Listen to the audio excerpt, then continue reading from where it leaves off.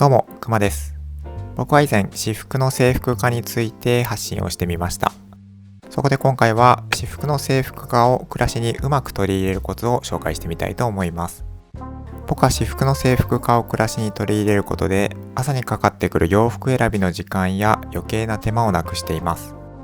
私服の制服化とは、一般的に洋服を厳選して着回すことで、洋服を選ぶストレスを取り除き、少ない服で過ごし節約につなげるといったことが主な目的です。具体的な日々のコーディネートなどは以前紹介したこちらの私服の制服化春のコーディネートの動画を参考にしてみてください。ではそんな私服の制服化を自然に取り入れている僕が定番の洋服をルーティン化させどう考えながら着回しているかを紹介していきます。また私服の制服化が気になっていて暮らしに取り入れてみたいという方にもうまく暮らしに馴染むような考え方も合わせて紹介してみます。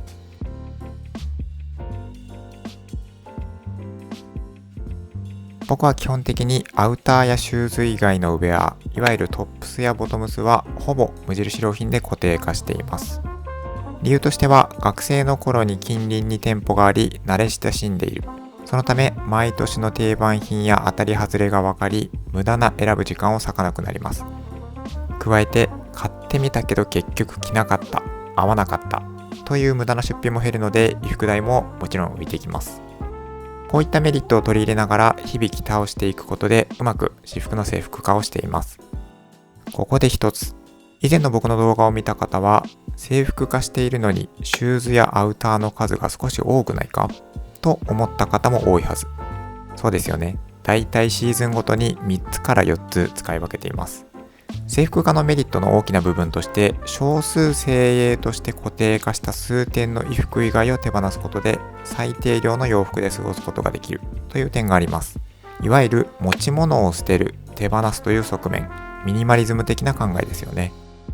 しかし僕はそんなミニマリズムを少し取り入れながら自分に合った洋服や好きなものは積極的に楽しみたい気持ちも持っているので固定化して無理なく減らしつつ余裕のある日などは好きな着こなしを楽しむといった過ごし方をしています。つまり自分の目的をどこに据えるかが重要です。物を減らすのか、お金をかけないようにするのか、一日のスタートに余計な思考の時間を割きたくないのか、この考えをある程度自分の中ではっきりさせておくことで制服化も長続きすると思います。ではここで私服の制服化を取り入れやすくするため具体的に小さなポイントを紹介していきます。1、まずは1アイテム、1カラーから。初めから制服化に気負ってガチガチに決めてしまうとうまくいかなかった際に制服化の目標を見失ってしまったりします。まずはシャツだけであったり、ボトムを3パターンで着回してみるなど手軽に始められる自分の縛りを作るのもいいかもしれないですね。特定のカラーだけで限定してみるというやり方もあります。ちなみに僕が以前紹介した春コーデ、トップスは全て白シャツでまとめています。これは僕の好きな松浦弥太郎さんも実践している方法で、こちらのいつもの毎日のいのページに記載されています。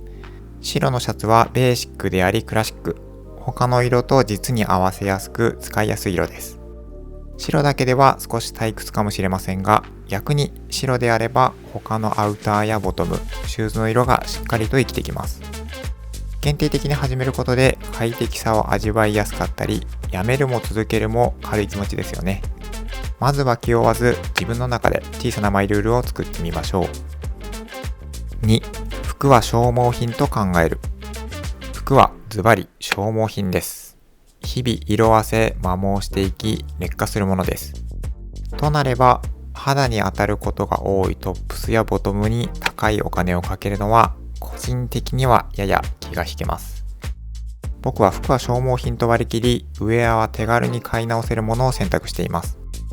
その点白シャツなどは劣化具合が分かりやすいので買い時もすぐに判断することができます。日々着用する洋服は消耗品と考えて定期的に見直しをしてみましょう。その代わりアウターやシューズは機能的に自身の納得いくものを積極的に取り入れています。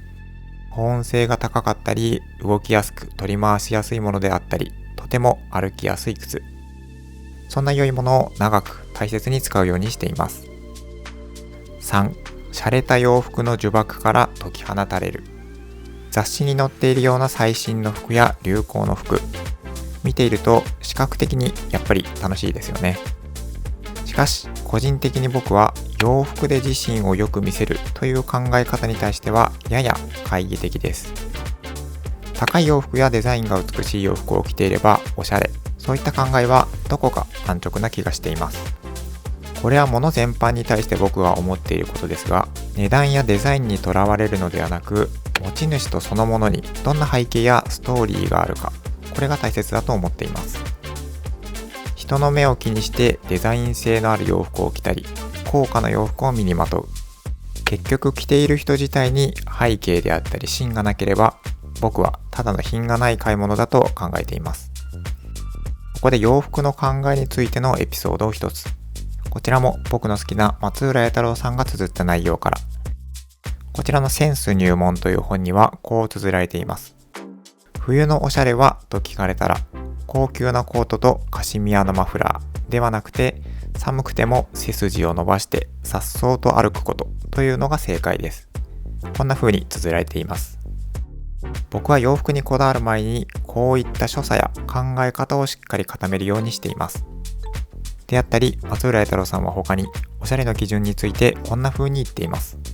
おしゃれな人というのは何を着ていたかは思い出せないけど、あの人はセンスの良い人だったという風に思われる人と表現しています。おしゃれな人とは人から覚えられていないような着こなしをしている人ということですよね。独特です。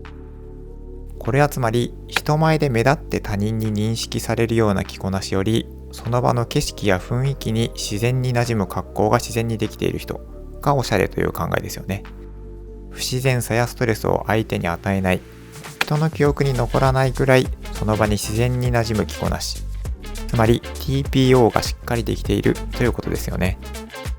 日常の着こなしに最も大切なのはこういったことなのかもしれませんね。